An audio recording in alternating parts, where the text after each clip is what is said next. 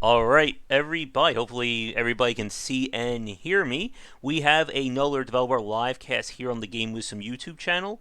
As always, I am Josh Placer, and we got another great conversation planned for tonight. We're going to be talking to two members of the indie studio Stray Basilisk about the work they're doing with the game Steamhounds and some of the challenges and what it's like to be an independent developer. So, I would like to welcome from the studio, we have Jason and Andrew. How are you guys doing? Yeah, doing great, Josh. Thanks for having us on. Not a problem. I've been talking with the third member of your group, Paul, and he kind of helps set things up. So, thank you guys so much for coming out. How are you doing? Doing pretty great. All right, so we got a lot to talk about. We started a little bit late for those of you watching this live. All the fun of technical issues and making sure everybody can hear everybody as well. But it's great to have you guys on for tonight. So, to get things started with, since this is your first times on, can you talk a little bit about your general backgrounds when it comes to the game industry and kind of how Stray Basilisk got started? Andrew, do you want to take this first? Yeah, sure. I mean, I can start on my own background. So basically, I come from an audio background, electrical engineering, actually. Did some higher education and kind of only really figured out that, video game audio and, being part of an indie studio was really something that I wanted to do as of, I don't know, about 4 years ago, about. And I've been working 9 to 5 since then, and working on various small projects and some of my own projects. And as normally, when you sign up for unfunded projects online, those don't always pan out. Online communication and collaboration is a tricky thing. So sometimes those projects fizzle out. But in terms of my general experience, I did a little of work with a game called Rise of Industry back when it was called Project Automata. Did a little bit of work on that, and I don't think any of my audio is in there anymore. I think when they got picked up by a publisher, they kind of had a fresh slate, but worked with them for a little while, so I got used to that kind of international collaboration and really got some audio sound effects generation chops there. And so before we go on to Stray Basilisk, Jason, it would probably be a good idea for you to fill your info in. Yeah, so I come mostly from a programming, software engineering background.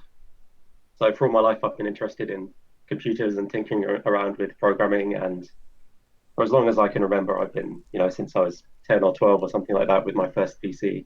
As soon as I realized I could program them, I was playing around making little games and kind of prototypes and stuff like that. Um, Ultimately, I went to school for computer science. And after I graduated, I went into the kind of corporate IT world, so doing kind of back end IT work and kind of cloud and kind of data engineering stuff for the online retail industry. But throughout this whole thing, the one kind of constant thing in my life had been game development, right? And I figured that this is the one thing which I would be doing even if I wasn't getting paid for it. So before I get too deeply embedded in my kind of default like IT developer career, I would give it a shot and try and make a serious attempt at actually seeing one of my projects through to completion. So I guess like probably a lot of indie developers and indie programmers, I have a long string of kind of interesting but unfinished prototypes. And Steamhounds was the first project where I really decided, I have to now. This is the one, this seems like a solid prototype. It's a solid kind of concept. So this is the one that I'm going to stick with and see to completion. And it was after that point that I began to kind of look online for collaborators, and I found Paul and Andrew, quite luckily. And yeah, we've been working together ever since for around 2 years now. I guess we've been collaborating. Great. And I guess as an interesting aside there, in for like reaching out to other people online, like how did you like approach it? Because I know for a lot of people it can be kind of weird to like post on the internet that hey, I want to make a video game, who wants to help me kind of thing.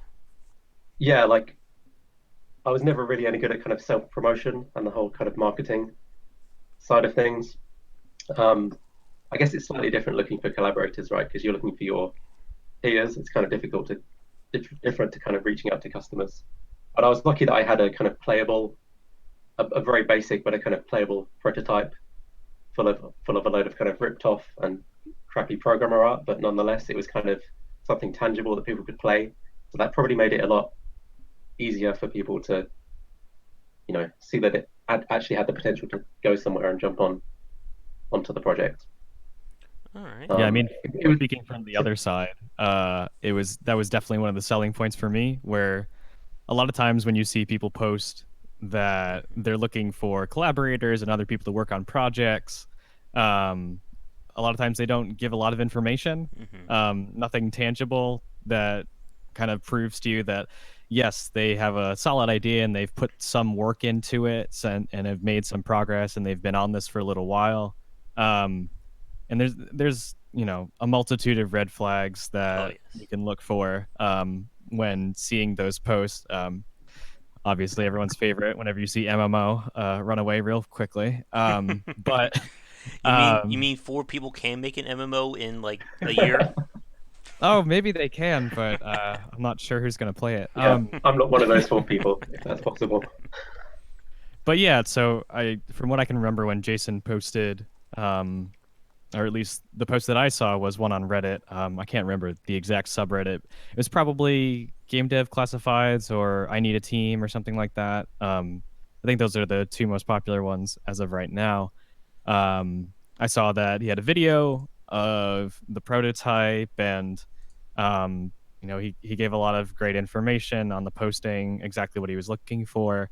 And I think one of the things that I found that was attractive was not only was he looking for people who could contribute those kind of like hard skills such as like art and audio. He was also looking for just overall general collaborators, people who could help with the actual um, design aspect as well, which was something that I was very interested in getting into because my job at the time, my daytime job was instructional design, and I was looking at a lot of just different design concepts, and I said, "Hey, I can apply a lot of these to video games. Why don't I do that and like maybe eventually make the transition to applying design aspects to something that I really enjoy doing, you know? Mm-hmm. So that was definitely um, a very attractive thing to me. It might not be for everyone. Sometimes people like to see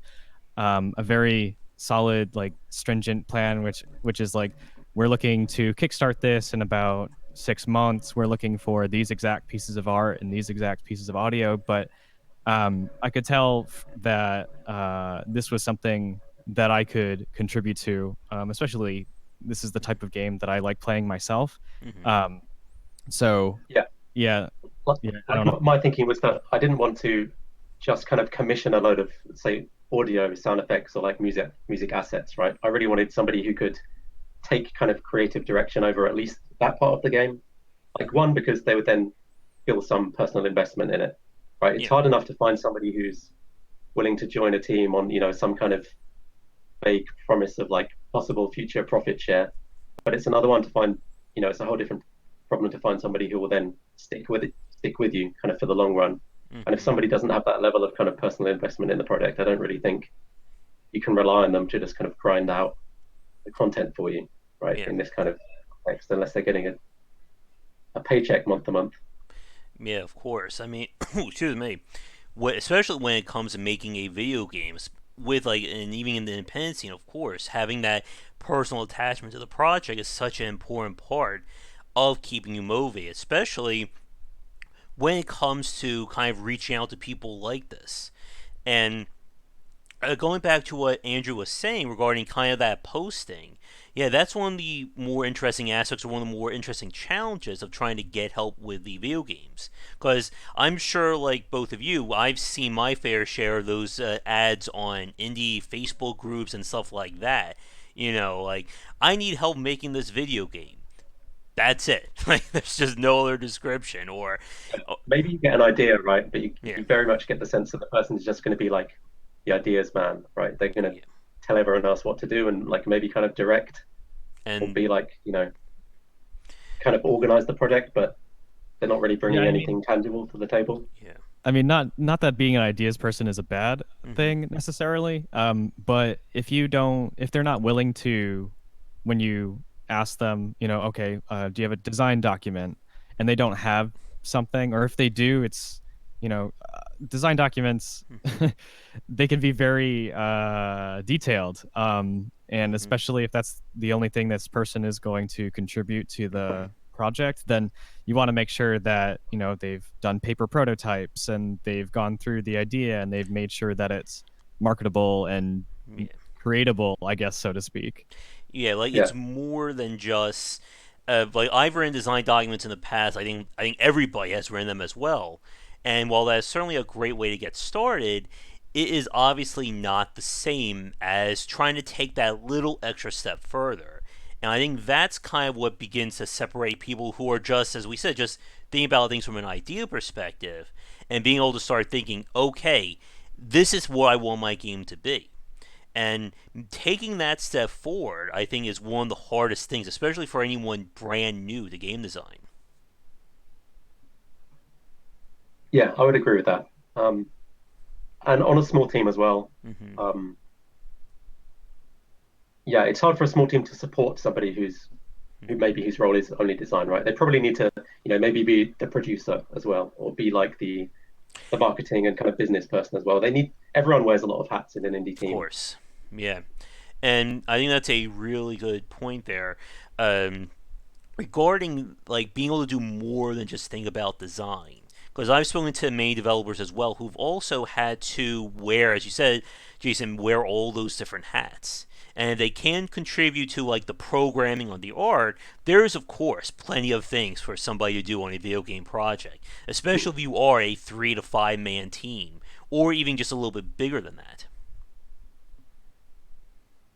Oh Yeah, yeah, definitely. I mean, all of us, I guess, in a way, are designers on the team. Mm-hmm. We all pitch ideas. We all, you know, put our put our 2 cents in whenever there's a design decision to be made. So I mean, that also has its own challenges as well. When you only have a team of, in our case, 3 people, Mm-hmm. um, and you have, you know, in a lot of ways, our game is very design heavy. There's a lot of systems that are going around. I mean, it's a single player game, it's a multiplayer game, it's a competitive game, it's a just strategic game. It's got all of Mm-hmm. these boxes to check. And when you do that, there's a lot of different ways to come at design. There's Oh the yes. experiential perspective. I mean, what do we want the player to do? What do we want them to feel? But there's also another whole area of, okay, we have the idea and we have the game loop, and we know what we want the player to experience, but oh, we got to balance it now. We have to crunch some numbers. We have to make sure that all of our curves are correct, and that goes a long way with making a game feel cohesive and enjoyable. Oh Actually, yes. Definitely. And going back to what you just said there, Andrew, about being a 3 man team, that actually takes me to a few questions regarding kind of your team's kind of thought process for group management. Because I've spoken to, as we've said, when it comes to being an independent developer, there are no strict rules for how big the team needs to be, how long the project should be, and stuff like that. So I guess how did you guys decide to keep it to a 3 man team as opposed to looking for 4 or 5 more people, or even going bigger than that? Mm. do you want I to mean, take that? yeah. So three isn't a hard limit for us, right? Okay. We have a notable absence of like a full-time artist on the team, and that's kind of the thing that we're dealing with right now, right? Is we're going to need to either commission artwork or find somebody to kind of come on board as an artist. Mm-hmm. But the basic division was in terms of the broad kind of areas of expertise, right? So you'd have somebody who's kind of directing the music and composition, somebody doing the sound effects, and then there's the technical kind of programming side. Yeah, and the missing piece of the puzzle is absolutely kind of a visual art. Um, yes, we'd have no problem with kind of expanding to four. But I Mm-hmm. guess three is also, 3, 4, 5 is probably the magic number in terms of being able to have a reasonable chance of guaranteeing that the whole team can meet together once or twice a week. Like once you get beyond that, it maybe becomes difficult to schedule meetings where everyone's there. And in terms of just social dynamics and the way decision making works, I Hmm. mean, three is nice in that you always have a majority if you take a vote on something.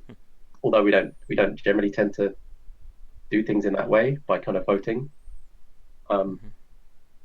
yeah, but beyond then, there's a whole load of I guess social dynamics that come into play if the team got much bigger than that. Yeah. I was talking to another indie developer who's currently working on his project. I think they've been doing it for like 3, 4 years, and they're going to be doing a Kickstarter soon. I remember talking to him about like the size of his team, and he said that no matter how big he would have got, he like his studio would get, he doesn't want to manage more than like 15, 20 people at the absolute most. Because as you said, it can get very crazy in terms of managing when you have 20, 30 people all around trying to get a decision going. Yeah, at that point, you need to start kind of delegating and having Yeah. people kind of creating some kind of hierarchy, Hmm. and the number of direct reports that somebody has, it's typically not more than, I don't know, you have these numbers like 7 ± 2, right? Being like the number of things somebody can keep in their head. It's one of those kind of magic numbers that you hear bandied around quite often. But Hmm. yeah, a lot of things tend to have that, right? The number of large departments in a big company, right? The number of people in like a board of directors or something like that. Hmm. Now, here's another general question. Just to clarify for people watching or listening to us live recorded, are you guys kind of like local? Like, are you able to meet up locally like that? Or do you do more like cloud based networking? Oh God, sometimes I wish we were local. So we have three members in three different time zones. Oh, God. So I yeah, feel for you. I mean, thankfully, two of us are on the west and east coast of the U.S. But Jason's based in the U.K., Hmm. so a lot of times we're kind of at our like absolute limit of okay, we need to have a meeting. We usually meet once, maybe twice a week, depending on our availability and our schedule and what we need to get done. Hmm. Those are usually pretty long meetings, but in order to get those running, Paul needs to have a relatively early meeting time, and then Jason's, he's in the wee hours usually by the time we're done. So thankfully, he's a night owl. But yeah, so that adds its own layer of complexity in terms of collaboration. But Yeah. I'm really thankful that things like Slack exist, um, where if you need to chime in on something, you had a good idea, you want to keep the ball rolling, you can just post some stuff in there, and between meetings, things can Hmm. actually get done. So it's not as Yeah, bad as it sounds. But I mean, if we were trying to have meetings every day, then that would probably be a whole nother thing, and we would have to figure out some really good time management Yeah. strategies. and Hmm. that's another reason why three people is not a bad number. It means that everyone has a chance to read everything that goes up on our Slack channel, right? Nobody feels like they're missing out because they don't have time to read Yeah. everything that's happened, right? So Hmm. everyone can at least, if they're inclined to, can be aware of kind of every bit of conversation that's going on kind of within the team. Hmm. And yeah, like I do. I don't know if Paul gave you too much information about my background, but I've been interviewing game developers around the world now for more than 60 years. So I've had a chance to speak to people as far as I think Taiwan, Africa, and even Australia. And it can be very crazy sometimes getting these time zones to work. But yeah, at least with the use of cloud-based networking, it's gotten a lot easier. I know for people watching us right now, we set up like a little Discord chat, just get things organized. And Discord has definitely been a great way of just having just like casual chats and getting away from Skype, which I know everybody just loves to use Skype these days. Yeah, Discord's taking over the world, and they've just opened their storefront, right? Their Hmm. video game store. So we'll Oh see how that yes. goes as well. Hmm.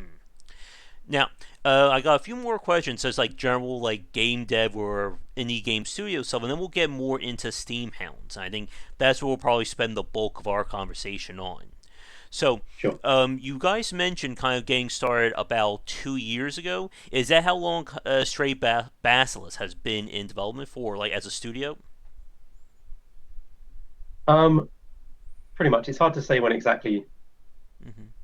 the sort of founding date is, right? Is it when we decided to give ourselves Hmm. that name, or is it when we all began sort of collaborating together? I believe the name came about like just over a year ago. Like our domain name was registered, I think, in like August, maybe last year. But yeah, we've been working since kind of yeah for around 2 years together now. All right. Now, I guess one other interesting thing I wanted to ask you guys about in terms of being like, I think this kind of goes back to our first set of questions about kind of how you guys got started. In terms of reaching out, and this will also be a segue into Steamhounds, in terms of reaching out to people regarding your idea, I guess just to clarify, Jason, were you the one who kind of like got the ball rolling in terms of Steamhounds? Like you were like the first person on it? Yeah, so the initial kind of idea was mine, and I had a kind of very rough, kind of playable prototype up and running by the time I started sort of Okay. bringing Paul and Andrew into the loop. All right. So And that, Paul probably came on board maybe um, 6 months after I first opened the code editor and started creating it. Although, it was just very much like a side project at that point in time. And then Andrew came on board not long after that. okay. And that kind of answers part of my question as well. In terms of like, at the point when you decide to reveal or start to get help, you were already like long enough to have a prototype. And I think that goes back to what we were saying earlier. One second, I'm just going to close my door because I hear my phone ringing. There we go. But that it wasn't just, you had a design document. You were already at the prototype stage. I guess, how long did it take you to get to that point on your own? Well, my kind of preferred, or my at least my default kind of way of developing is kind of iterative Mm-hmm. prototyping. So I didn't really do a kind of big upfront design document. The kind of basic concept came to me, and I pretty much immediately began tinkering around with code and getting something very, very basic up and running. So it was probably a few weeks, like maybe not even that long before the like a very basic first version was there, which to be fair is only the kind of very core of the game, like the battle system or the kind of inner loop, Yeah. right? And there are kind of layers which are being built on top of that kind of larger scale, which weren't part of that prototype at all. But the Yeah. basic kind of core mechanic, I guess. Yeah, of course. And I think that is a very wise way of developing a game like this in terms of establishing what your core gameplay loop is and building up from there.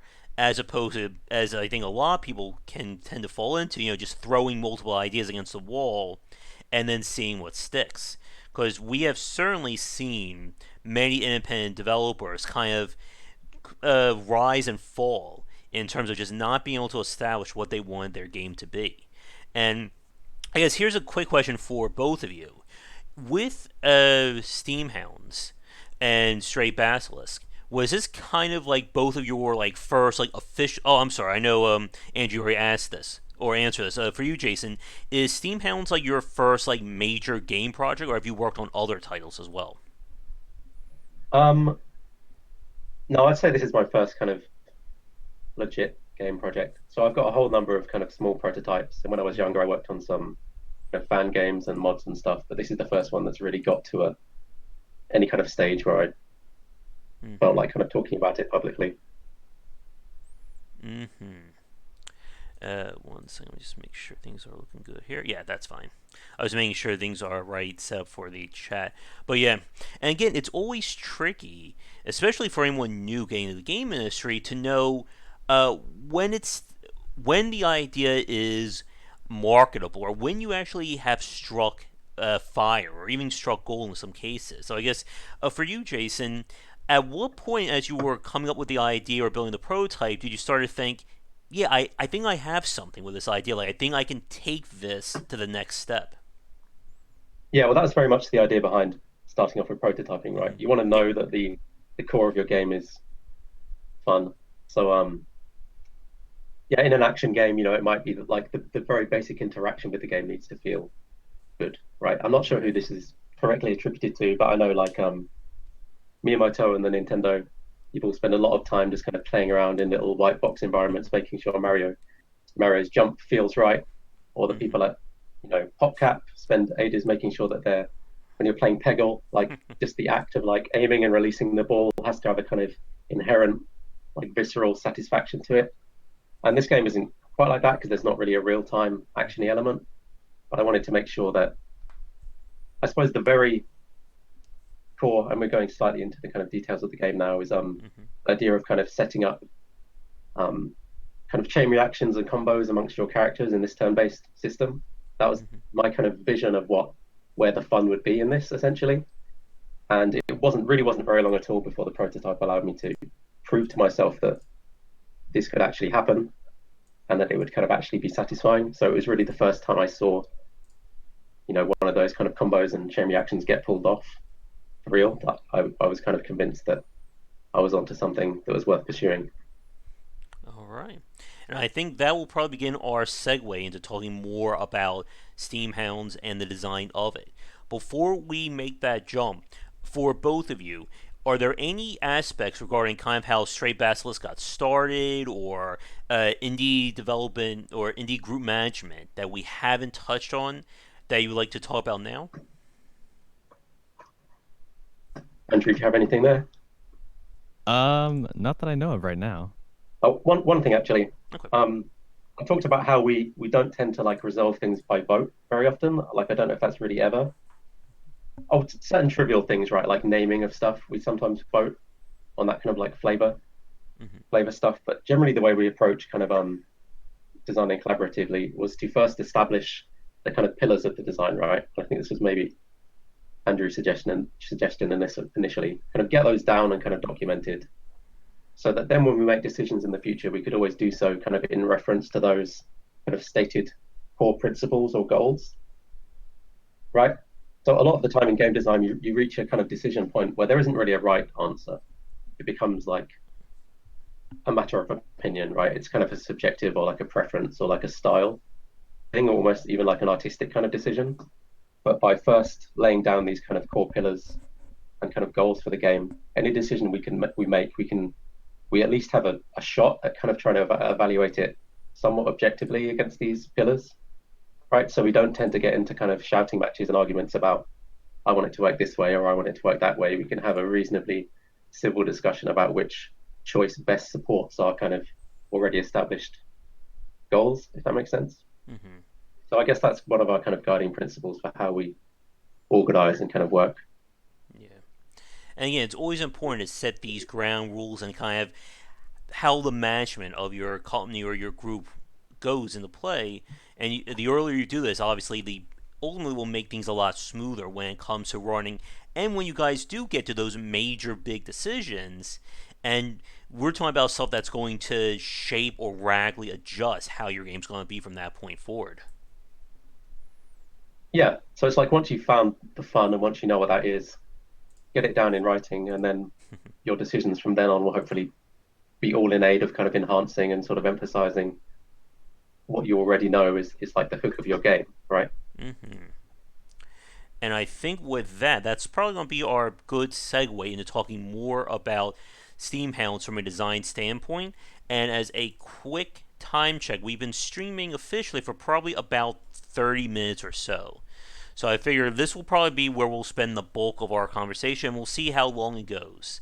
But for people listening or watching us live recorded, we're going to be aiming for probably about like an hour and 15, maybe a little less than that as a good stop point. But we'll see where things go.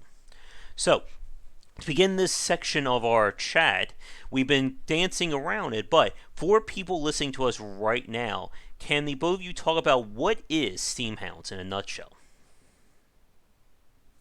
Andrew's been quiet for a while, so I'll hand this. Oh, you want me to do the elevator pitch? All right. Yeah, go for it.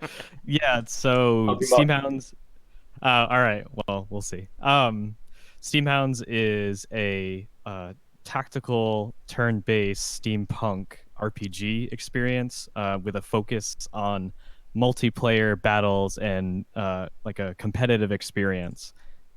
So our combat system, I guess, is the focus, the main focus, and the core gameplay of our game, which is basically turn-based battles similar to a JRPG, but halfway between a traditional RPG and between that and a tactical RPG, say XCOM or something like that, where we do have a grid system and you have characters on a grid, but it's separated to two separate sides of the battle. I believe that's similar to Tactics Ogre, or there's a couple of older games that have that kind of Mm-hmm. formation kind of aspect to it. And Yeah. that's something that we're really focused on is you have a team of mercenaries and they go into battle and they have a formation that they start in and you can move around your grid to take advantage of certain actions that are going on within the battle. And Jason, do you want to talk about our special little innovation in tactics?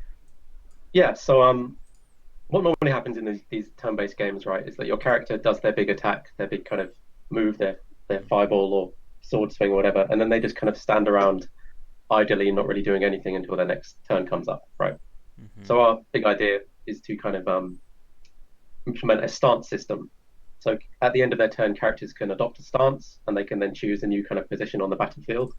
And these stances, they can be kind of passive things like boosting their defense or kind of like providing some kind of buff to their allies, for example. But they can also be kind of reactions and event triggers, right? So you might set yourself up in a stance supporting a particular ally, so that whenever that ally attacks, you'll contribute a free attack of your own. If you're a more kind of tanky defensive character, you might set yourself up guarding one of your allies, kind of standing in front of them. So if anyone jumps in to melee attack them, you'll kind of intercept that attack and take it on yourself. And then you've got things like marking your opponents, right? So you can maybe nominate a particular enemy, and then whenever they try to move or whenever they try to attack, you'll kind of take a free preemptive attack against them. So by kind of combining these stances and reactions and kind of paying close attention to the kind of the sequence of turns in the battle, you can set up combos and chain reactions like either offensive or defensive, Mm-hmm. and try kind of outwit your opponents that way. So almost sometimes more important than your actual action on your turn is how you use your stance, right? Because if you're very efficient with it, you can get several kind of free attacks out of your character kind of in between their turns. Mm-hmm. And how efficiently you're able to leverage that system of stances and reactions determines how effectively you're playing the game, essentially. All right. And I'm hearing some feedback. Okay, there you go. Yeah, definitely sounds interesting. And yeah, as you were describing that, Jason, I was trying to go through my head as to if I remember any other games that have done something similar. And I remember hearing, I probably even played a few games that have done like a similar system, but nothing is coming off on my, nothing's like coming into view here. I guess here's a bit of a game design challenge for anyone watching us. Is there a game out there that makes use of stances like that? Because I know I've seen them, I just can't remember them off the Yeah, top of my head. I mean, some games there's some precedent for this, right? There are Mm-hmm. some games where, say, instead of doing your attack, you can go into like defensive mode, which kind of gives you like a defensive Yeah. buff.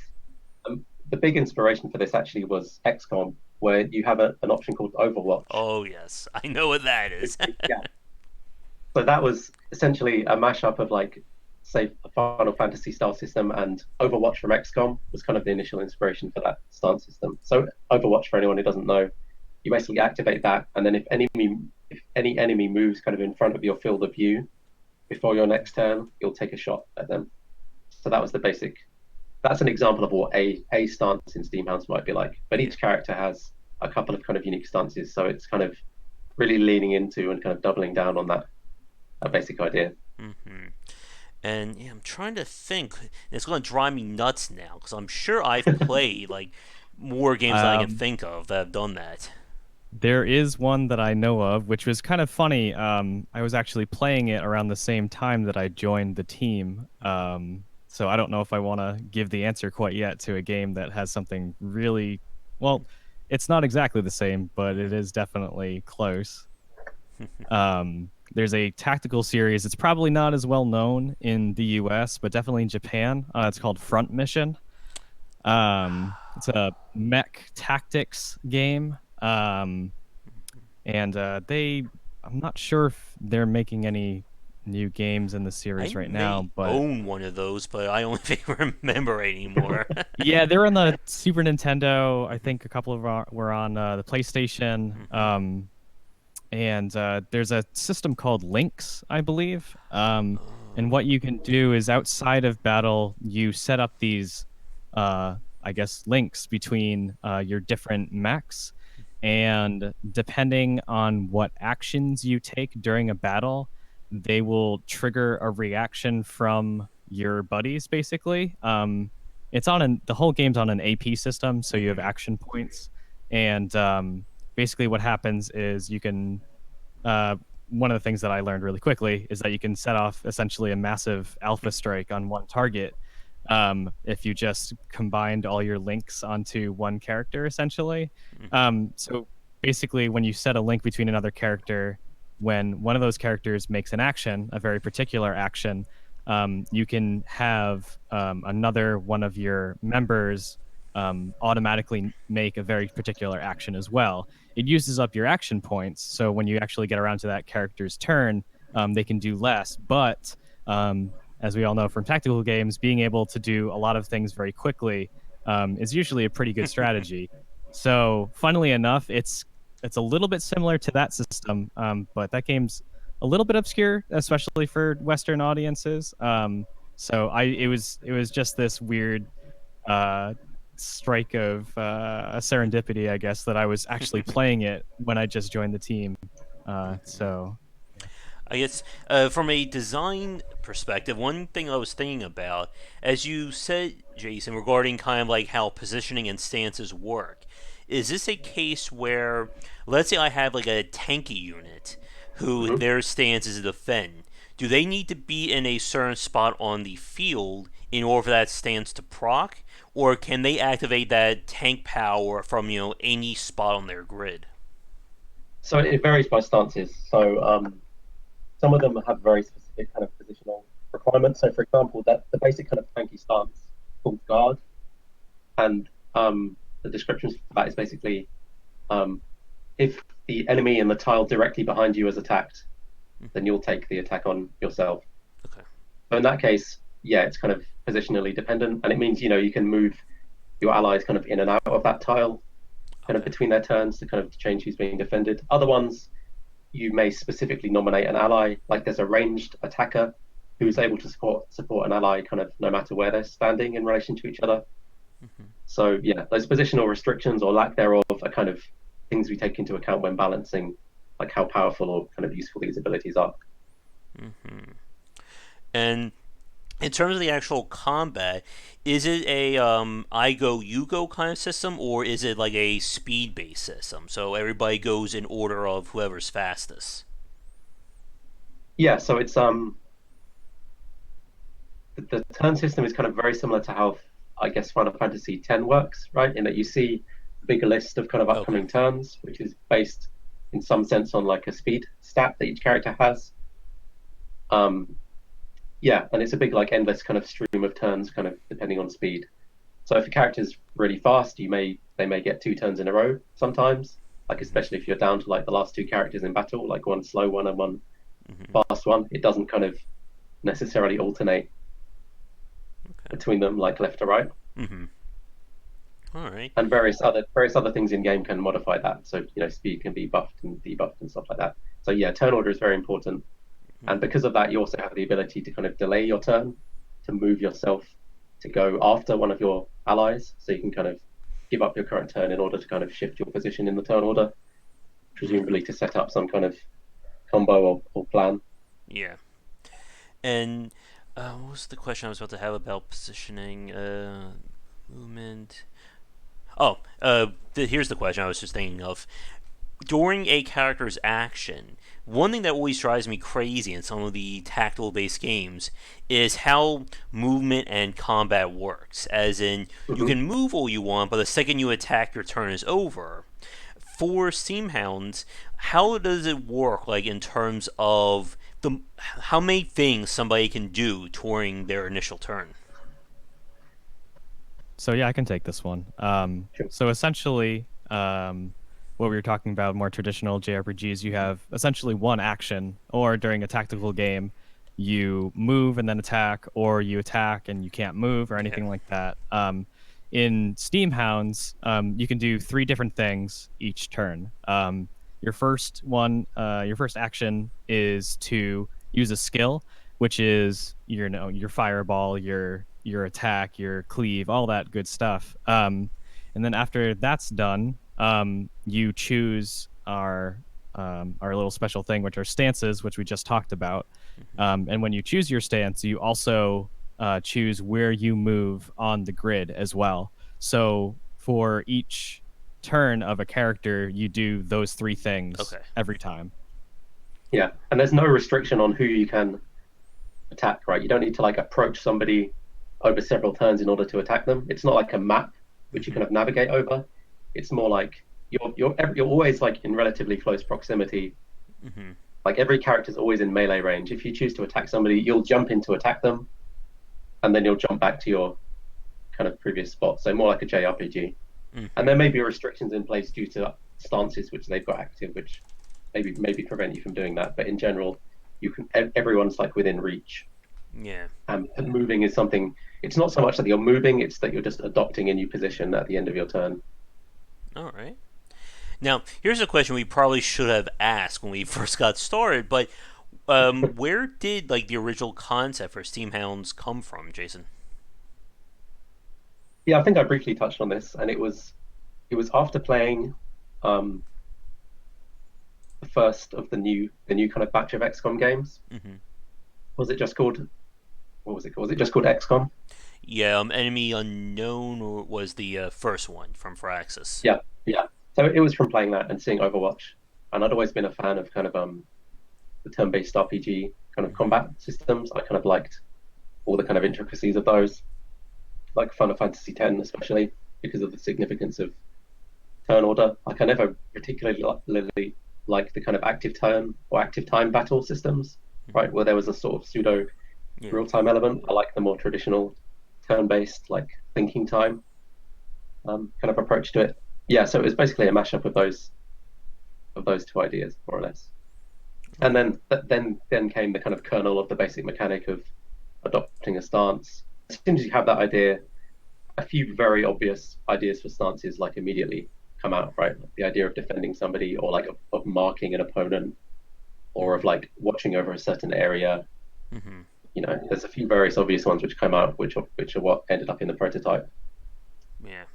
Yeah, And I guess speaking about that, as you were talking about in the last section regarding nailing or drilling down to what your core gameplay loop is, when you were coming up with your initial prototype for Steamhounds, did you try like any other gameplay loop for it, or did you kind of get things settled like relatively quick in terms of what you want the game to be? yeah. So I suppose the one kind of major thing that changed was the kind of introduction of the grid and positioning. Like initially, we didn't actually have that. The way it worked was that a stance might imply a certain position, right? So if you were defending an enemy, sorry, if you were defending an ally, you would go and Yeah. stand in front of them, or Mm-hmm. if you were supporting them, you would kind of go and stand behind them, which kind of implicitly like creates a grid, right? Mm-hmm. With people standing and then there being like positions which can be occupied in front or behind them. But that Mm-hmm. was never like explicitly called out. We never like drew a grid, Mm-hmm. and it kind of became confusing, right? Because what if you want to support a particular character, so you stand behind them, and somebody else wants to support that character, so they stand behind them. Then everyone kind of stacks up in a big line, and it gets very unintuitive because at some point you have to stop them stacking up because it just gets ridiculous. Yeah. So in introducing an actual kind of grid, and then that was the biggest kind of conceptual change which we made, which I think was after Andrew and Paul joined the team. So after the initial prototype, we started actually drawing a grid, and then that opened the door to a whole load of stuff like Mm-hmm. AOE abilities with particular kind of damage shapes, and stuff which kind of played into the fact that the grid was there, and things kind of got a whole lot more intuitive. So previously, yeah, it was even more JRPG like literally just with this stance add-on, yeah, and the grid thing just sort of evolved Mm-hmm. naturally as a solution to various problems of like presentation and how do we make these arbitrary rules we have to impose actually make sense and feel intuitive, and adding the grid seemed to be the answer to that. Mm-hmm. And in terms of like how like combat plays out, Are you doing anything in terms of like probability? You know, this attack has a 30% chance to hit, or this attack has a 90% chance, or is it just you confirm to attack an enemy, it's going to hit unless there's like a stance that gets in the way. So for a while we had probability based Mm-hmm. attacks, and everyone had a accuracy stat and an evasion stat and all those types of things. But the something that we figured out was this game relies heavily on executing chain reactions and combos, Mm-hmm. and we found that to be the most rewarding thing to execute. Seeing your grand plan and your grand Mm-hmm. strategy kind of come to fruition, and you have these huge chain reactions, and at any point of that kind of chain, if there's a probability of something missing, then it all just stops. Yeah. Um, Especially since what we're trying to do is make every attack, every move, every turn feel weighty. Mm-hmm. If you, even though a player does make three actions on their turn, it still feels terrible when you have a very particular strategic moment, and you know that if this goes off, then it's going to be really good. There's going to be a really good result to this, and I'm going to get like three extra attacks from all my allies and stuff, and then it just misses, and it's like, well, everything was there. My strategy was perfect, but the RNG got me. Mm-hmm. And we figured out that that's not really something that feels good for this game. It might be good for a different game, a different RPG kind of tactical game, but not for us. I mean, there's different ways to introduce RNG to a game, such as let me see, like damage ranges and stuff like that. But in that case, at least you're still hitting somebody. Mm-hmm. You might have, oh, this attack might do 11 to 15 damage. At least you're actually doing something. um but yeah, again, it was we, we play tested a lot, and we got the multiplayer running up and running very quickly, very early on, and so we were able to play each other. And one of the main things that I know I felt, and I'm sure everyone else felt as well, was I know that my strategy is correct, but Mm-hmm. I missed, and Yeah. that cost me the game, and it didn't feel good, Yeah. and that's important. Oh yeah, and that is a conversation we could. That's like a good 40 minutes to an hour long Yeah. edition if we start talking about how RNG can factor into games like this. And there's another kind of factor which played into that, which is that this is a multiplayer game, right? And because of that, you kind of want the length of a match to be somewhat controlled, right? You can't have a match going on for an insane amount of time because you need obviously both players to be present through the whole duration of it. Oh yeah. And RNG can be okay if it has a long time to kind of even out in the wash, right? If the battle goes on for 100 turns, then the RNG kind of tends to level out and it kind of becomes fair again. But if you want a match that's a bit more snappy and a bit more lethal, and yeah, where moves feel a bit more weighty, then that random miss kind of becomes a lot more significant. And then, there probably won't be a chance for other randomness to kind of balance it out. Mm-hmm. And I'm glad you brought up multiplayer, Jason, because that was going to be my next question. As you just said, Steamhounds is built around a multiplayer design. Are there any like single player aspects to it, or will it be multiplayer only? Yeah, so there will be single player aspects. So at the very least, we want the single player to serve as a kind of introduction and kind of to the game's mechanics and as a kind of tutorial, and also as a way to kind of introduce the kind of setting and like the theme and the kind of lore and characters of the game. Mm-hmm. So PvP is definitely our priority because we figured that being a small studio, a lot of small indies or kind of hobbyist developers try and make like a JRPG, but I feel like the reason a lot of them fail is because the amount of content you need to create to have this whole richly populated world which you can walk around and Mm-hmm. tile maps for everything is kind of insane, right? Just in terms of the amount of content. And the most efficient way to create content is to give somebody a human opponent, Mm-hmm. Yep. essentially, right? That's a way to keep the game interesting kind of in the long term. So that's why we're focusing on PvP. But we definitely want single player in there because we have what we think are some interesting ideas about the kind of setting and the lore of the world, and we want to kind of convey that. Mm-hmm. But we're definitely trying to keep the scope small in terms of like resources and kind of implementation time for that. Yeah, so there will be a kind of single player Mm-hmm. game in there, but PvP is definitely the Okay. main focus. Now, one thing that we didn't touch on regarding the gameplay of Steamhounds I want to elaborate on are the actual units themselves. I guess in terms of approaching like the unit design, are you aiming for like everybody having access to like the same pool of characters? Will there be like factions, rarity, stuff along those lines? Like, how are you coming up with like the group dynamics for a player to use? So we're definitely looking at a model that it's kind of similar to how modern fighting games work, where you have a full roster of characters and then you just choose from there. Okay. Um, so you're I'm pretty sure we're not going to do anything with a single player in terms of like, oh, you have to go through so much of this in order to unlock characters in multiplayer or anything like that. At least when you go into multiplayer, you'll have access to all the characters and all the skills and all the stances that everyone else has. Um, and you can get right into the action if you so choose. That being said, I think the single player is kind of important and also is a good idea to include in case you have players that are not too sure about going into a multiplayer experience immediately with something that they're I haven't gone through a tutorial yet. I'm not sure exactly what all this is about. It's great for I guess from a design aspect for onboarding and getting players' feet wet.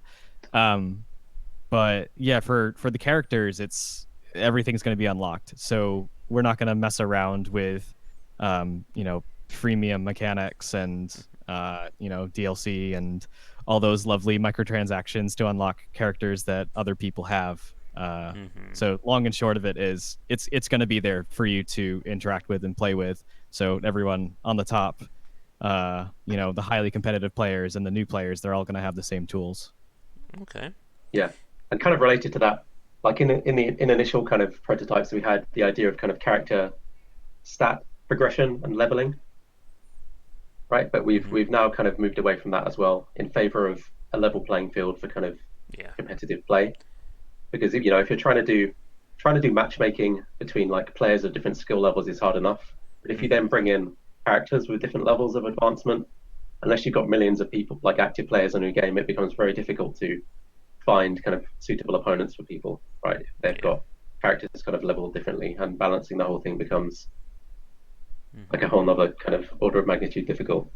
Mm-hmm. Now, speaking about the balance of the game, I guess two questions that come to mind. The first one, both of you already talked about trying to keep these matches relatively lean in terms of how long they should be. I guess on average now, like what are you looking for in terms of how long a regular play of Steamhounds should last? 15 to 20 minutes, I think. That's about where we're at right now. Okay. It kind of depends on player experience level. Like if people know exactly what they're doing, they can be a bit faster, but also maybe they sometimes get into a situation where it's a very closely drawn match and people are quite skilled at keeping themselves alive for longer. Mm-hmm. So it can sometimes stretch on. Like it's not the length of the match isn't so much the primary concern. It's more that we don't want a situation where it's kind of obvious who's going to win and it just becomes a long kind of slog of grinding Mm-hmm. down HP until the end. Mm-hmm. So as long as that situation isn't in there, it's kind of okay if the match goes on because then it just feels epic. But Okay. yeah, we want to keep it less of an hour long match and more of like a 15-minute long match is our ballpark goal there. All right.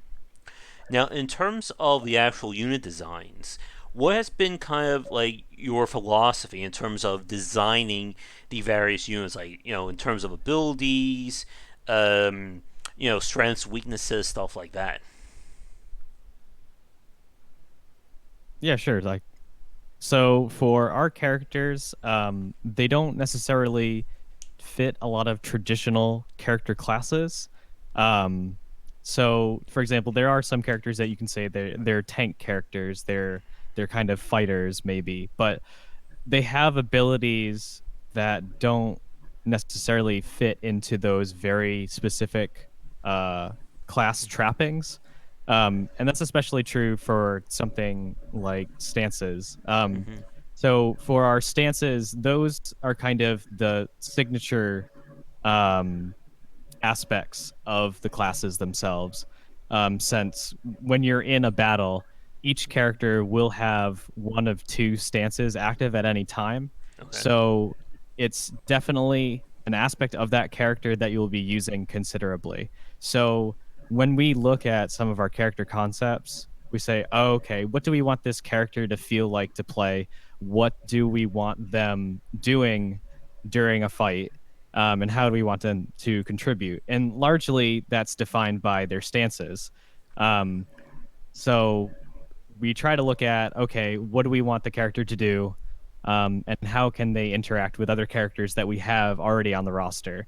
Now, these ideas can come from a lot of different places. When we were first starting out, we were looking at more traditional sources for how classes work and how they interact on a team. So for the thing is, for JRPGs, there's not a heck of a lot of interactivity between, say, your tank classes and your healer classes and your damage classes. It's more of them interacting with the opponent, Mm-hmm. getting into those weaknesses and really capitalizing on those. There is that in Steamhounds.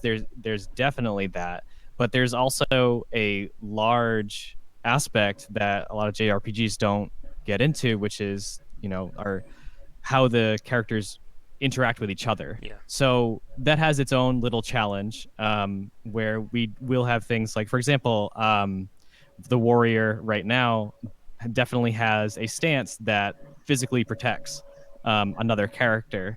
Um, and that is a very traditional, classic kind of trope of like a warrior, like a paladin, something like that.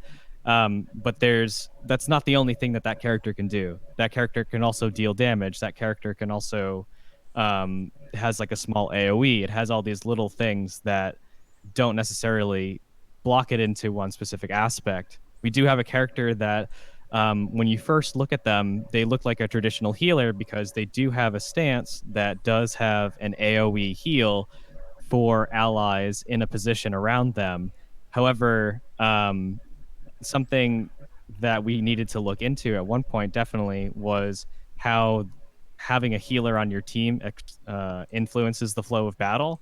So at first, we definitely had a character that they have as an action, oh, I can heal this character. And then they have a Mm-hmm. stance that can heal. And then they have different variations on shields and different things like that. But we realized that um, not only did it kind of drag out the matches, especially if you had a healer on both sides, um, it wasn't necessarily interesting. It wasn't crazy Mm-hmm. like interactivity between your characters. So we kind of broke those molds and gave them still support kind of moves, but not something that you would necessarily see in your traditional JRPG healer class. Yeah. So, for example, right now the chemist can uh, give another character a turn immediately. So that Mm-hmm. they can kind of cheat out the turn order and stuff Mm-hmm. like that. So we were looking at ways to have concepts people were familiar with, but in combinations with other concepts to make characters that are Mm-hmm. unique and novel and interesting. Yeah, because as you just said there, Andrew, if you have like traditional JRPG skills, they can definitely bloat out the kind of match time. Like, I doubt you guys are thinking about having like a full party heal skill in a game like this. That would just Yeah. completely wreck any kind of balance. Like previously, we tried to solve this in a different way by having what we called a healing cap, Mm-hmm. which meant that every time you got hurt, your health would be reduced, but also your max health would be reduced as well. So you Mm-hmm. kind of have like a two-level health meter, and it meant Mm-hmm. that once you were injured slightly, you could never be healed like fully again. Mm-hmm. So it would force your health, even if you were constantly being healed, to like gradually be depleted, like overall, right? Which kind of Mm-hmm. worked, but that was kind of like a band-aid solution to this problem. Yeah. So what Andrew's described seems like a more elegant way to handle that, and it also frees up the healing archetype to be a more interesting Mm-hmm. character overall. Like Mm-hmm. as he says, the healing's there with this AOE healing, stance, for example. But it's kind of just something you can like do automatically, right? You don't need to worry about it so much, and then you can get on with having her also do interesting like offensive or like more interesting utility stuff. Yeah. There's It. also like a risk reward element there because by clustering everyone in for the AoE heal, you then make yourself vulnerable to like AoE attacks as well. Mm-hmm. So yeah, we want stances which interact like that in interesting ways with other abilities and stances. So you always have to consider, or do I want if I should I heal now because my opponent's ranged attack is charged up, so they're probably going to unleash their big AoE attack. So I should instead like scatter my people so nobody's like adjacent to each other and so on. Mm-hmm. And that actually brings up a question I have regarding the design. Are there any moves that kind of give the opposing player a heads up that something's going to happen? Like as you just said, like in some RPGs, you don't know what the enemy's going to do. But then we see some that say, the enemy is charging up for a super attack, and maybe like certain squares on the field will like highlight red saying, "Don't stand there." So we do have a way of showing the other player that one player is thinking about using certain moves. We have a Mm-hmm. specific a thing called focus right now, which some moves, some skills, you can activate anytime you want. We don't have mana or anything like that. We don't have a lot of resources. We have, Mm-hmm. in particular, one other resource besides health, and that's focus.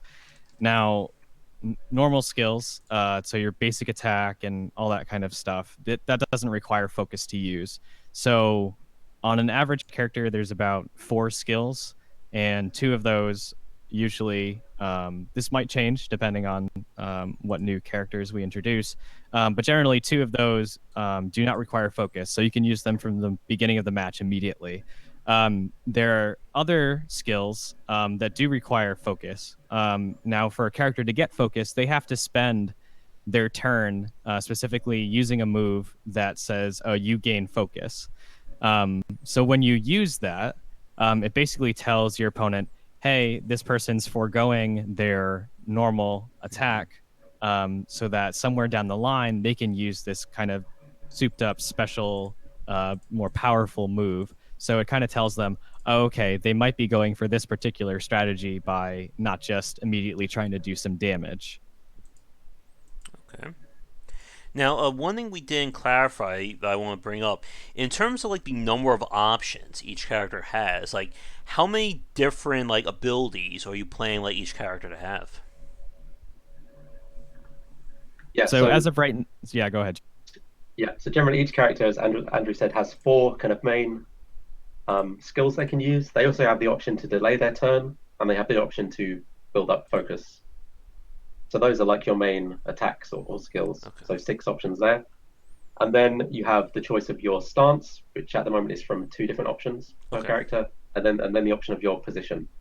So the number of permutations of those and all the targets is actually fairly high still, but it's an insane number of things. It's just enough to allow the characters to kind of feel distinct, Mm-hmm. but it's not too many that it's hard to keep track of that there's a big problem of like memorizing all the skills that your opponent has, for example. You don't really want to make it so much into Yeah. like a memory game of needing to remember all like 10 of my opponent's skills. And those are just kind of rules of thumb for those numbers. They may change in the future, but we're finding that that's enough to make characters who kind of express their personality nicely, and there are enough kind of synergies and different ways of using those built in that Mm-hmm. it feels about right for us at the moment.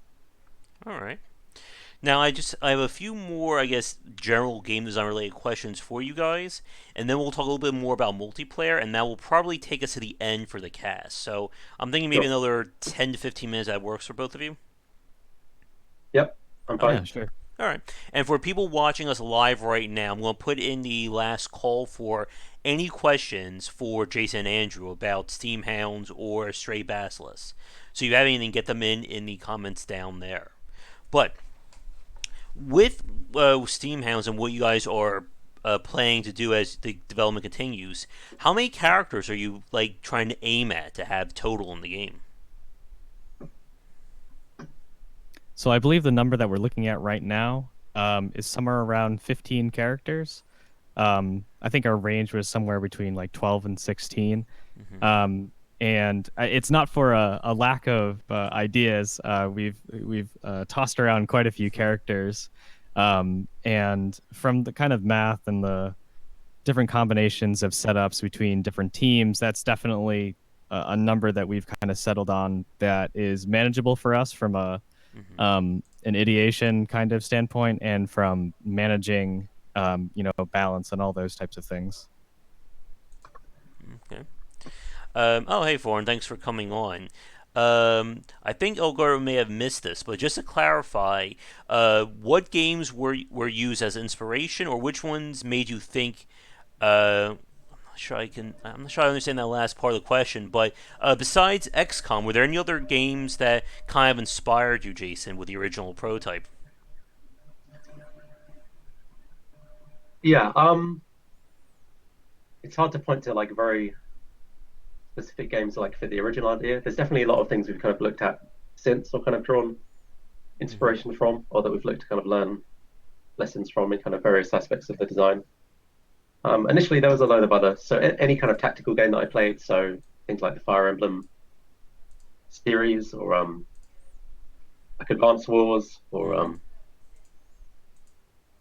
yeah, I'm finding it hard. It was Mm-hmm. definitely Final Fantasy and XCOM were definitely the kind of the germs of the initial kind of spark of inspiration for this.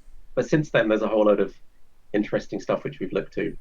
So, Darkest Dungeon, for example, has been a big inspiration in areas in terms of thinking about how we present like the theme and the kind of mood of the game. Like, I really admire how they're very efficient in their use of assets in creating something that is really able to draw you in. But if you really pay attention to, say, the amount of art content in there and like how they use it, they're being pretty smart. You know, each character having like a single frame Mm-hmm. attack animation. Like, it's pretty amazing how far they managed to stretch that, and it doesn't feel kind of jarring at all.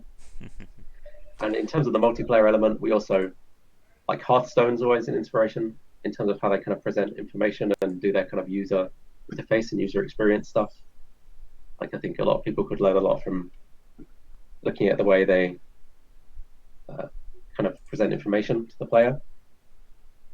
Yeah, Andrew, do you have any games to throw in here? I mean, everybody loves Final Fantasy Tactics. So that's definitely one of the main draws for me in terms of both the multiplayer and the single player aspect and how they intermingle. But yeah, I mean, we haven't drawn necessarily from any one particular well too deeply. We all three of us have experience in tactical games, and Mm-hmm. I think all three of us have been playing tactical games for a very long time and still play them. For example, I'm playing Divinity Original Sin 2 right now because they just came out with the definitive edition, and there's definitely things that I look at that and their use of space on the battlefield is absolutely incredible. Um, but I think there's a lot of different things you can look at from tactical games, and I forgot to mention this. I'm a big fan of tabletop RPGs. Your Oh yeah, Dungeons and Dragons and all that sort of thing. And there's definitely a lot to be learned from there in terms of grid-based tactics and balancing and how action economy works. So we've definitely taken a little bit of some hints from there. Uh, Also including how we look at how classes work. I know everyone likes to rag on D&D Fourth Edition, but they did some very interesting things with how they came up with classes and what kind of skills they have and how they interact with other members of a group. So it's from all over, really. Okay. Now there's a little chat going on in the comments regarding Final Fantasy Tactics and that kind of design. And Oscar's not a fan of it, and I kind of found the Final Fantasy Tactics series to be a little bit slow in terms of how battles played out. And I think that's a really good segue into talking more about balancing and designing the Steamhounds around a PvP environment. And I guess here's a question. This again goes back to how you've been deciding in terms of balance and the speed of the game. With Steamhounds, when you started to get serious about the design Jason, did you originally have the idea to do it with multiplayer, or did it start out as like a single player idea and then transition to multiplayer? I think multiplayer. I think the very first version of the prototype was multiplayer, like at least local multiplayer, right? Controlling both teams. It might have just been because, I just had you control both teams kind of Mm-hmm. by default, like before AI was implemented. But thinking back, yeah, probably the intention was always for it to be a PvP thing because it's kind of a really underserved niche, right? In terms of like a JRPG style games. Mm-hmm. Like the only real um, famous kind of JRPG style game which has competitive multiplayer that I can think of is Pokemon. Mm-hmm. Despite the fact that it's like the most popular RPG franchise ever, right? It's still the only big one which has like a competitive multiplayer element. There are a few kind of like tactical, like more pure tactical games which have that. But yeah, it's kind of really kind of something that hasn't been explored too much. Mm-hmm. Yeah, I know. That's what kind of makes this very interesting because when we think about PvP outside of like a CCG kind of design, you don't really think of turn based when it comes to multiplayer. And uh, M. Canerio, I'm sorry if I just butchered that too much, asks if you can use one phrase to talk about what is Steamhounds, what phrase would you use? Oh, I see we're both being silent. This is too hard. If I could pay somebody to come up with this one phrase, I would do it. It depends what kind of angle you want to talk about it from. If I had to explain the mechanics or gameplay in one phrase, it would kind of be a mashup between JRPG and tactical combat. I think that's the most succinct way to kind of describe how it plays. Um, yeah, I'm kind of at a loss for like a single phrase. Like the 30-second elevator pitch is hard enough, but one sentence has kind of defeated me. Andrew, do you have anything? I mean, it's difficult to come up with. Do we say like um, what we think it is in terms of like the laundry list of, oh yes, it's steampunk multiplayer tactics, I guess. I mean, hopefully you would say if you played it before, yeah, this game's awesome. Maybe that's a good one. Can we use that in our marketing? This game's awesome. I like that. Uh-huh. But yeah, it's interesting because the game is multiplayer, but there's also going to be a single player aspect to it, which we're prototyping right now. So, little sneak peek for everybody. But um, yeah, I think this game has a lot to offer for different types of players. But right now we're kind of focusing on the multiplayer aspect. So I would say like deep tactical multiplayer, I guess, so to speak. Yeah, but Oscar. without being kind of overly complicated, right? It's kind of accessible as well. Um, that kind of Oscar is emergent. suggesting in chat for marketing purposes, put in is the Dark Souls somewhere in there. That should help out. I will add just throw in Battle Royale somewhere in. I'm sure that will also help you guys with marketing. There's Oh yeah, your there's 100 marketing players in each match, 101 by the way. Did tips. we mention that? I'm sorry, what was that? I said yeah, there's 100 players in each match. I don't know if There we go. we mentioned that Perfect. yet. Perfect. There you go. Getting back to the multiplayer design, this is a very interesting question I have for both of you, and it has to do with kind of balancing the game out for PvP. One of the things that we see, especially for games that have both a single or multiplayer component, is designing certain choices or actions that are really can only really apply to one kind of gameplay or the other. And Hmm. I'm trying to think of some big examples off the top of my head, but we typically see this in like strategy or turn-based games, or I'm sorry, strategy or RPGs, where the AI will either be given a unique compensation or unique skills that the player doesn't get access to keep things basically interesting. Or when you're playing multiplayer, the game is designed around different skills that are more on the complicated side because it's two players interacting as opposed to an AI who can't really be taught to make use of like super advanced combos. With Steamhounds, in terms of how you're coming up with the various actions and decisions that the players can use, how are you kind of like, I guess, figuring them out in terms of a multiplayer setting when you're realizing that you have two humans playing against each other in terms of the different tactics that can be employed? Okay, so I'd say that we're starting with PvP. Mm-hmm. So that's our kind of baseline for defining what the basic mechanics of the battle system are, right? So rather than starting with single player and working out how to turn that into a PvP, we're pretty much starting with making sure PvP feels right, Mm-hmm. and then we'll work out how to kind of modify that to kind of support single player in the future.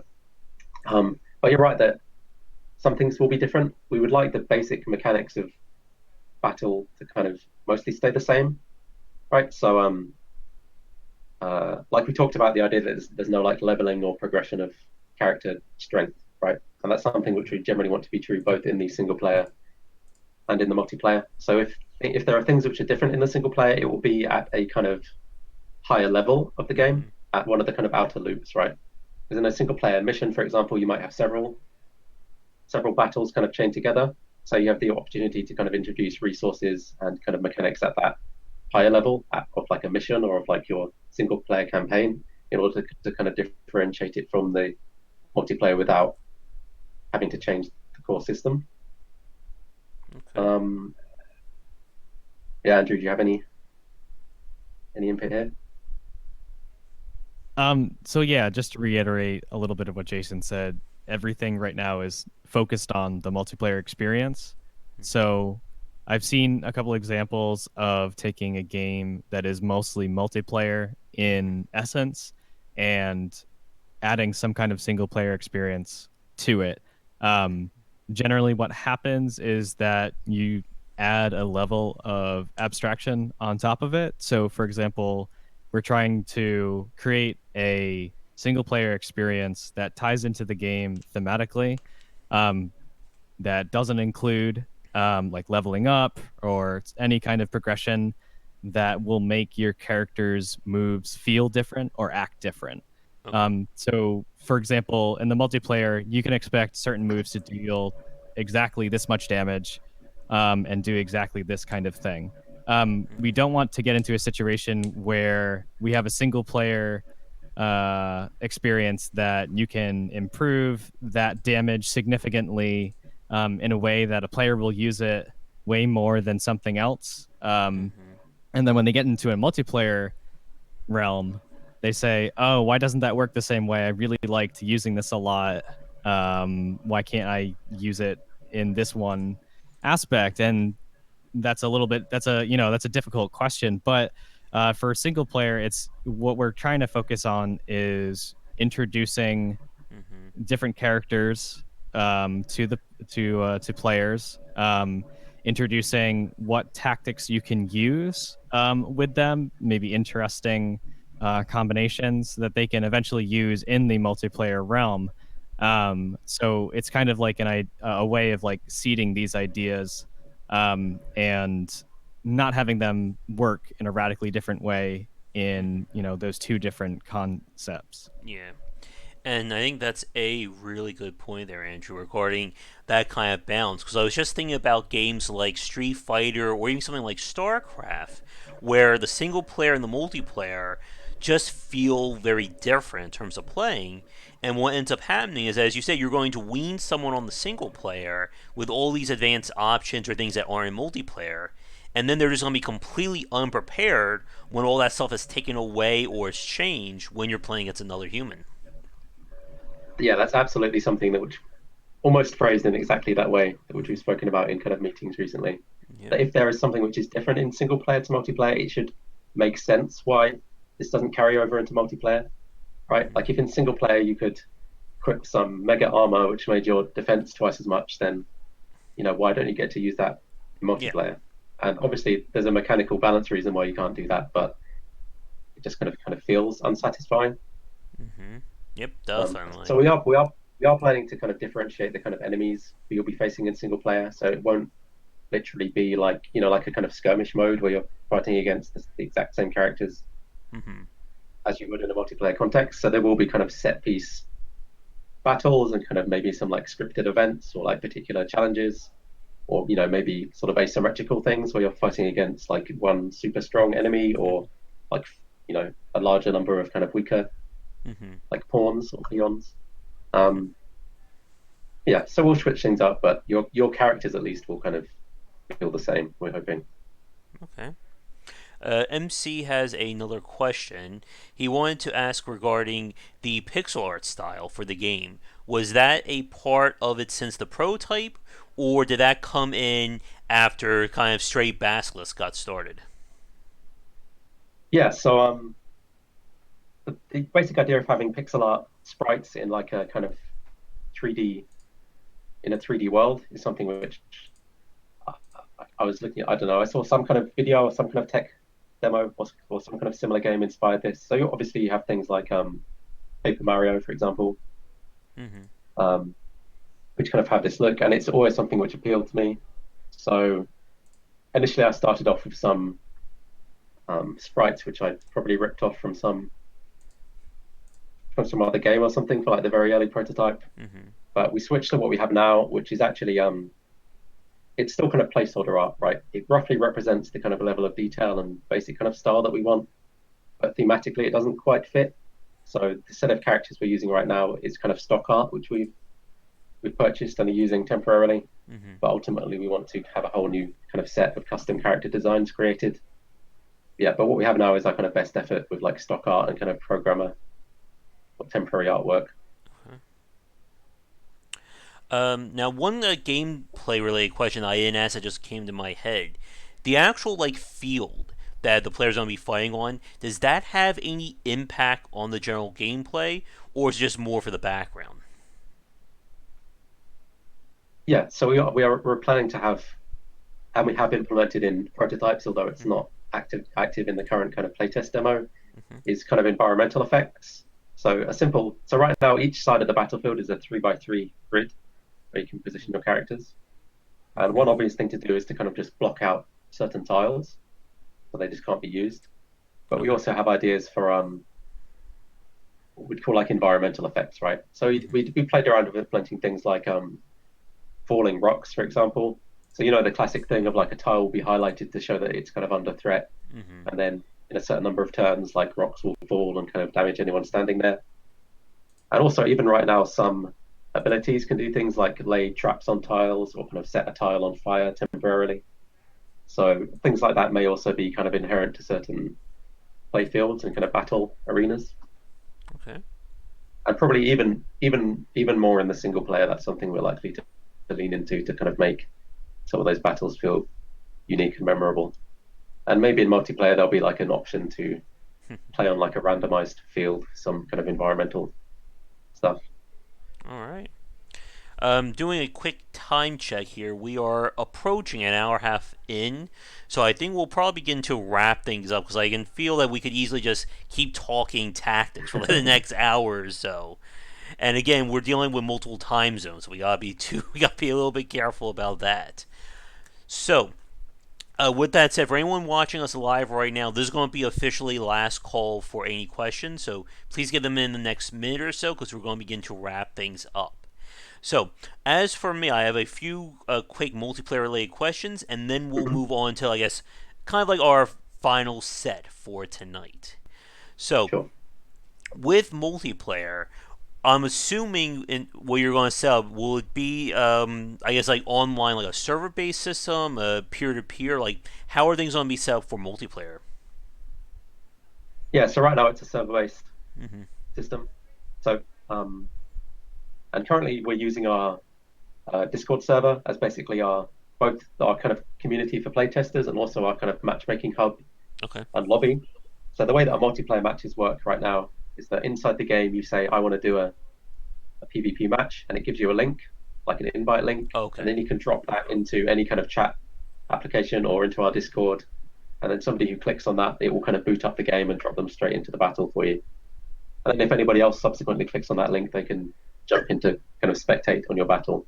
So that right now that's the model we're using, and initially that was kind of conceived as like a temporary thing, Hmm. right? So we wouldn't have to implement like an in-game lobby. We would kind of just use our Discord to kind of short circuit that for us, but it seems to work really well. So we may lean even more heavily into kind of Discord integration. Hmm.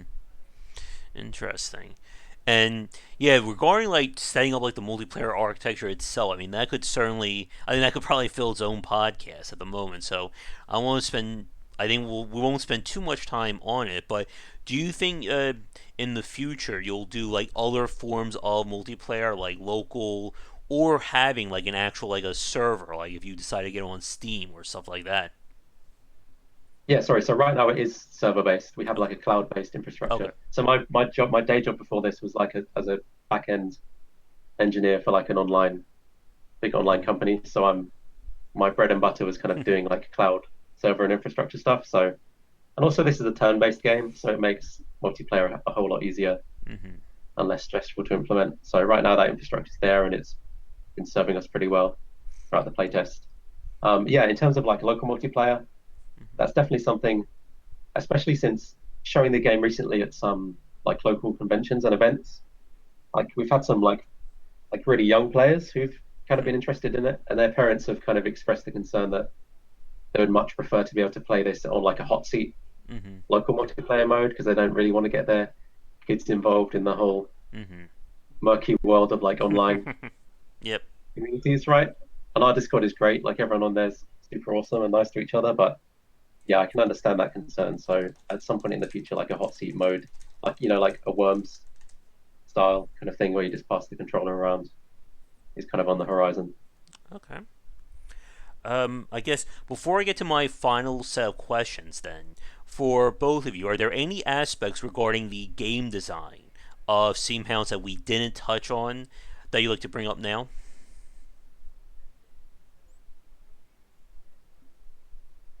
I think I'm all set. What about you, Jason?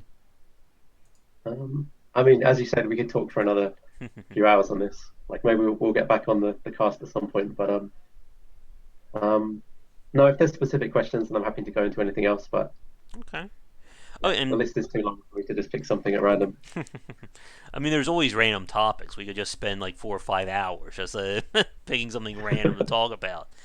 But yeah, it has definitely been a great cast and been a pleasure hanging with both of you. And yeah, if you guys are free in the future, we can certainly have you on. Maybe we get Paul on. We can have the entire company on there. Yeah, that'd be great. Yeah, I look forward to that. All right. So, with that said, we're going to move on to my final set of questions. This is just to be more logistic related stuff. So, probably like 3, 4 minutes, and then we'll wrapping Sure. up. So, for people watching or listening to us live or recorded right now, what is, I guess, like the current state of Steamhounds? Like, how far along is it in terms of general development? Do you want to take this one, Jason? Yeah, okay. Mm-hmm. So right now we have a playable demo of the game, which is available for free right now. Mm-hmm. So to get onto the playtest, you just have to join our Discord, and hopefully we'll put the link up along with this somewhere. Mm-hmm. And as soon as you join our Discord, a bot will just DM you the download link and the kind of credentials to get into the game. And then you can kind of post battle challenges and chat to other people in the community there. Yeah, so the playtest demo right now is basically just the core battle system of the game. So Okay. you can challenge people to a battle. We have right now we have 5 character classes playable, and in the near future we'll be rolling out some of the new ones which we've been working on. Yeah, and you can play an online match or you can play against the AI in a kind of skirmish mode where they just have a randomly selected team playing against you. Okay. And do you guys have any tentative dates for big announcements or game release or anything like that at the moment, or is it still too early to tell? I mean, it's a little early to tell at this point. We're still in active development for multiple areas, obviously multiplayer and definitely our single player. Mm-hmm. There are a few things we'd like to get handled before figuring out large milestones, particularly getting an artist on board. That's definitely Mm-hmm. on our radar right now. So if this gets circulated around and you're an artist, please let us know. Or if you know anybody who would like to work on this type of game, Mm-hmm. that's definitely something that we're actively seeking right now. So Yeah, in terms of announcements for other milestones and stuff like that, not as of right now, but we're definitely thinking of quite a few avenues for looking ahead. So stay posted. Okay. Yeah, so right now we're posting kind of regular updates to our playtest builds. So every couple of weeks a new version comes out there, and we'll be kind of rolling out features and getting feedback on those and kind of building out the content and structure of the game. Okay.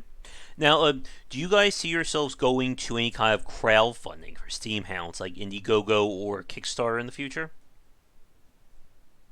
Yeah, that's a possibility. So, yeah, so like I said, we're looking for an artist, and we understand that Mm-hmm.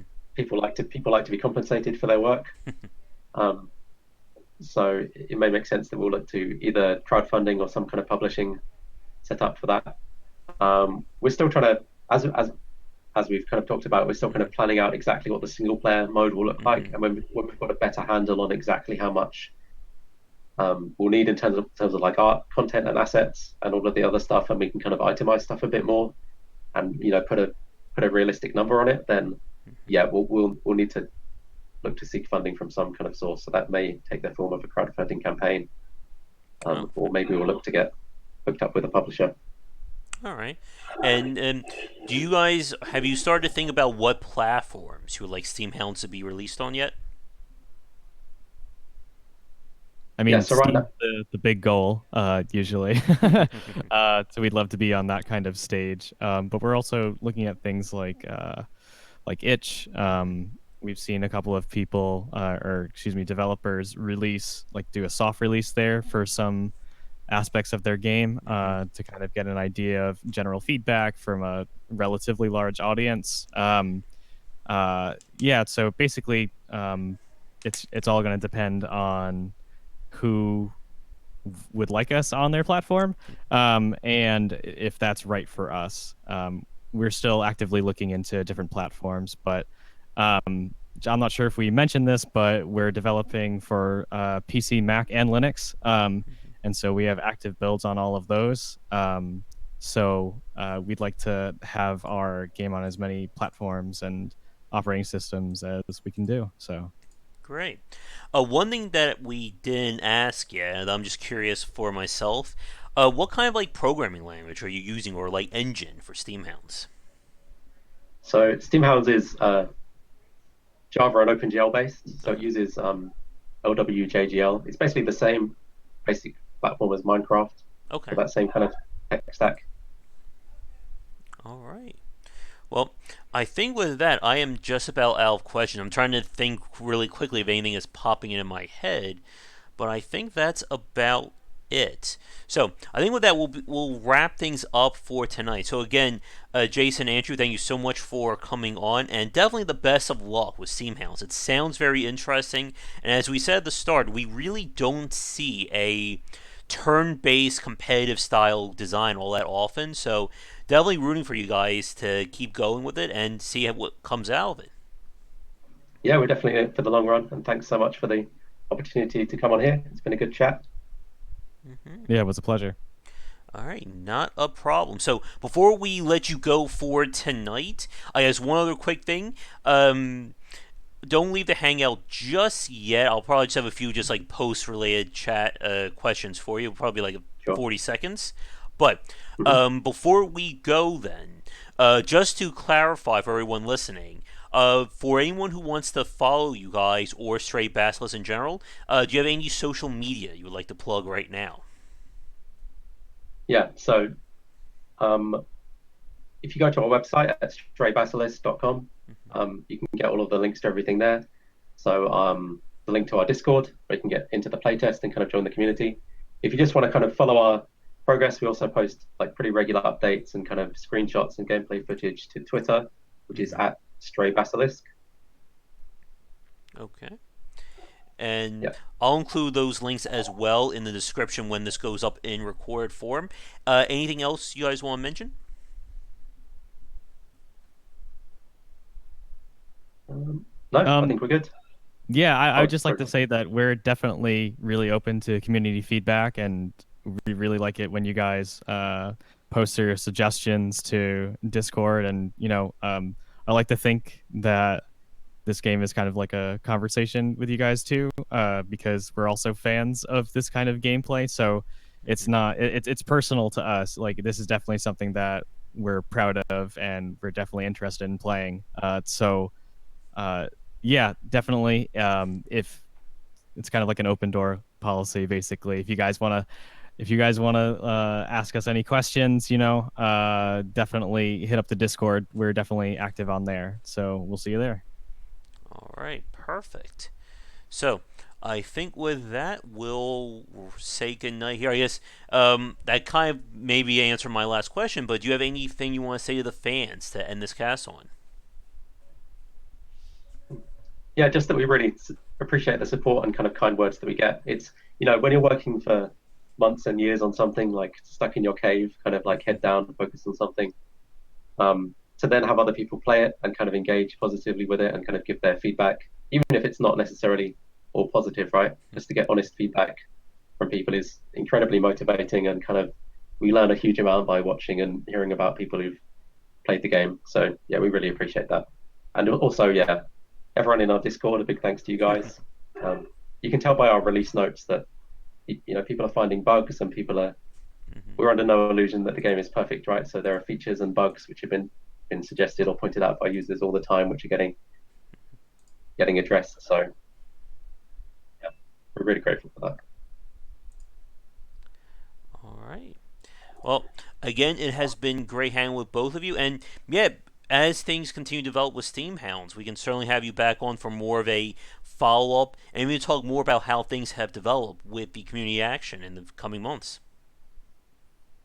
Awesome. Look forward to it. All right. So I think with that, we will say goodnight for this cast again.